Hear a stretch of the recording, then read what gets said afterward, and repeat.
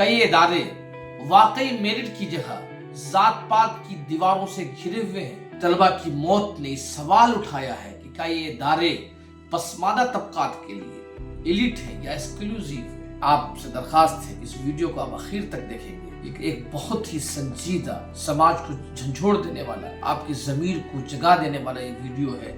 میں اس وقت دکھی نہیں ہوں، میں اداس نہیں ہوں، میں مکمل طور پر خالی ہو چکا ہوں۔ یہ الفاظ روہت ویمولا کے تھے، جس کی ادارہ جاتی انسٹیٹیوشنل مرڈر کو 10 سال مکمل ہو چکے ہیں۔ لیکن یہ خالی پن صرف روہت ویمولا کا مسئلہ نہیں تھا۔ یہ احساس ملک کے IIT، IIM اور اعلیٰ تعلیمی اداروں میں پڑھنے والے تمام دلت، آدیواسی، قبائلی اور بیکورڈ کلاس کے تمام طالب علموں کا ہے۔ آج ہم اس ویڈیو میں بات کریں گے اس خاموش اخراج کا، سائلنٹ ایکسکلوژن کی، جو بھارت کے اعلیٰ تعلیمی اداروں میں جاری ہے۔ اعداد و شمار کی روشنی میں دیکھیں گے کہ آزادی کے 79 سال بعد بھی ملک کے اعلیٰ تعلیمی اداروں کے دروازے پسماندہ طبقات کے لیے کیوں بند ہے، یا وہاں کا ماحول، وہاں کے حالات ایسے کیوں ہیں کہ پسماندہ، دلت، قبائلی، اقلیت کے طلبہ کا دم وہاں گھٹ جاتا ہے۔ آج ہم بات کریں گے کہ IITs، IIM، NIT جیسے بڑے اعلیٰ تعلیمی اداروں میں 79 سال کے بعد بھی other backward classes, schedule tribe, schedule cost اور مرکزی یونیورسٹیوں میں طلبہ کی اور فیکلٹی کی حالت کیا ہے۔ کئی ادارے واقعی میرٹ کی جگہ ذات پات کی دیواروں سے گھرے ہوئے ہیں۔ روہت ویمولا، پائل ٹوڈوڈی، درشن سولنگی اور سینکڑوں طلبہ، جس میں مسلم، مائنورٹیز سب شامل ہیں۔ طلبہ کی موت نے سوال اٹھایا ہے کہ کیا یہ ادارے پسماندہ طبقات کے لیے ایلیٹ ہیں یا ایکسکلوزیو ہیں، یہ ان کے داخلے کی جگہ ہے یا اخراج کی جگہ ہے۔ ڈیٹا، سروے، حالیہ واقعات پر مبنی ہے۔ اس ویڈیو کو آخر تک دیکھیں۔ روہت ویمولا، پائل ٹوڈوڈی، درشن سولنگی، فیضان احمد جیسے طلبہ کی موت نے سوال اٹھا دیا ہے کہ ملک کے اعلیٰ تعلیمی ادارے، چاہے وہ IITs ہوں، IIM ہوں، NITs ہوں یا مرکزی یونیورسٹیاں ہوں، کیا یہ ادارے ملک کے پسماندہ طبقات کے لیے ان کے لیے کوئی جگہ باقی ہے، یا پھر ان اداروں میں ان کے لیے کوئی جگہ نہیں ہے۔ آج کی اس ویڈیو میں ہم مختلف سرویز، مختلف اعداد و شمار کی روشنی میں حقائق پیش کرنے جا رہے ہیں کہ 80 سال بعد بھی اعلیٰ تعلیمی اداروں میں برابری کا ماحول کیوں نہیں قائم ہو پایا ہے، اس کے لیے کون لوگ ذمہ دار ہیں۔ اور ہم نے دیکھا کہ جب اس گزشتہ مہینے جب UGC نے نیا قانون لایا تو اس کو لے کر ملک کے اعلیٰ طبقات نے کس قدر برہمی کا اظہار کیا اور یہ دعویٰ کیا کہ اس قانون کے آنے کی وجہ سے تعلیمی اداروں میں اپر کلاس کے طلبہ کو نشانہ بنایا جا سکتا ہے۔ لیکن اگر پس منظر میں دیکھیں، اندرون خانہ دیکھیں کہ یونیورسٹیوں میں، IITs میں، IIM میں جیسے اعلیٰ تعلیمی ادارے جو ملک کے لیے ایک پہچان، ایک فخر کا ذریعہ ہے، وہاں کا ماحول کس طرح ہے۔ آخر ان اداروں میں پسماندہ، SIT یا شیڈول ٹرائب، شیڈول کاسٹ اور اقلیتوں کے طلبہ کی اموات زیادہ کیوں ہوتی ہے؟ ان اداروں میں داخلہ پانا ہر ایک کی تمنا ہوتی ہے، لیکن داخلہ پانے کے بعد یہ طلبہ تعلیم چھوڑ کر کیوں چلے جاتے ہیں؟ یہ سوال بھی بہت اہم ہے کہ آخر ان اعلیٰ تعلیمی اداروں میں فیکلٹی ممبران کا تعلق، کتنے فیکلٹی ممبران کا تعلق OBC سے، شیڈول کاسٹ سے، شیڈول ٹرائب سے یا اقلیتوں سے؟ یہ سوال اس لیے بھی اہم ہے کہ کیا schedule caste, schedule tribe, OBC اقلیتوں میں اتنے قابل پڑھے لکھے لوگ پیدا نہیں ہو پا رہے ہیں کہ وہ ان اداروں میں فیکلٹی ممبر بن سکیں؟